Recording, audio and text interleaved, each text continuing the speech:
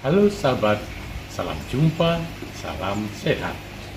Marilah kita awali seluruh aktivitas sepanjang hari ini dengan doa yang didasarkan pada bacaan hari ini.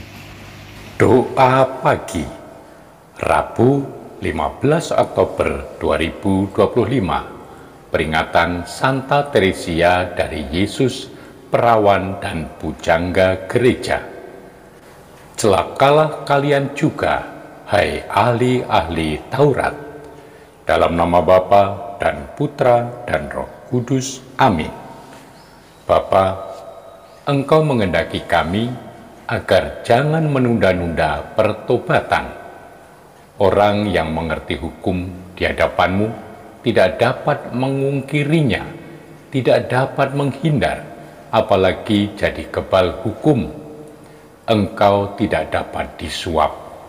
Pengadilan-Mu tetap datang bagi semua, tetapi bagi mereka yang sudah mengerti namun melanggar, orang-orang itu harus sadar bahwa Engkau menaruh kekayaan kemurahan-Mu, kesabaran-Mu, dan kelapangan hati-Mu. Orang harus tahu bahwa maksud kemurahan-Mu ialah menuntun kepada pertobatan. Tetapi bila orang dilimpahi rahmat belas kasih itu tidak menjadi sadar karena kekerasan hati tidak bertobat, orang ini menimbun murka-Mu atas dirinya sendiri. Ia akan diminta pertanggungjawaban atas kelalaiannya, dan hukuman-Mu yang adil akan dinyatakan. Engkau akan membalas setiap orang Yahudi, bukan Yahudi, Kristen, bukan Kristen, menurut perbuatannya. Bapa, celaan atau sabda celaka Yesus kepada orang Farisi dan ahli hukum, mereka itu keduanya orang hukum, orang peraturan, 1/10 dari semuanya. Tetapi saking mau tertib lahir, tidak mengindahkan keadilan terhadap sesama dan cinta kasih yang mendasari semua hukum dan membangun kasih-Mu. Kalau di samping itu, orang ini masih cari kehormatan di mana-mana, lalu kemunafikan yang dibawa itu jelas nampak diibaratkan kubur yang penuh kebusukan. Tetapi busuk ini tidak nampak di luar, seperti kuburan tanpa tanda. Ahli Taurat itu membuat peraturan rumit, banyak, berat, sebab semua ingin dimasukkan, mau mencegah setiap pelanggaran, menertibkan semua perbuatan, mengatur segala. Itu tidak manusiawi lagi. Beban berat yang diletakkan pada umat biasa, tetapi sendiri merasa bebas, tidak perlu melakukannya. Bapa, Yesus tidak mempersalahkan peraturan buatan manusia.